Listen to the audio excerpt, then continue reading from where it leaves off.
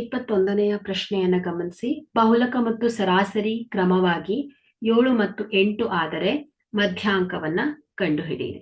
So ಇಲ್ಲಿ ಮಧ್ಯಾಂಕ, ಸರಾಸರಿ ಮತ್ತು ಬಹುಲಕಗಳ ನಡುವಿನ ಸಂಬಂಧ 3 ಮಧ್ಯಾಂಕ 3 ಇಂಟು ಮಧ್ಯಾಂಕ ಇಸ್ ಈಕ್ವಲ್ ಟು 2 ಇಂಟು ಸರಾಸರಿ ಪ್ಲಸ್ ಬಹುಲಕ.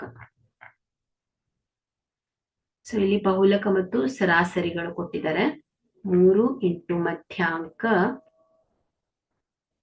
ಈಕ್ವಲ್ ಟು 2 ಇಂಟು ಸರಾಸರಿ ಇಂಟು ಪ್ಲಸ್ ಬಹುಲಕ 7. 8 2 16 ಪ್ಲಸ್ 7.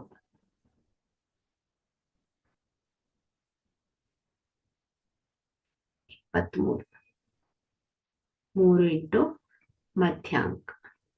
ಸೊ ಮಧ್ಯಾಂಕ ಈಸ್ ಈಕ್ವಲ್ ಟು 23 ಭಾಗಿಲೆ 3.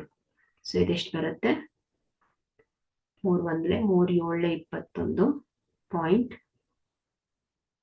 18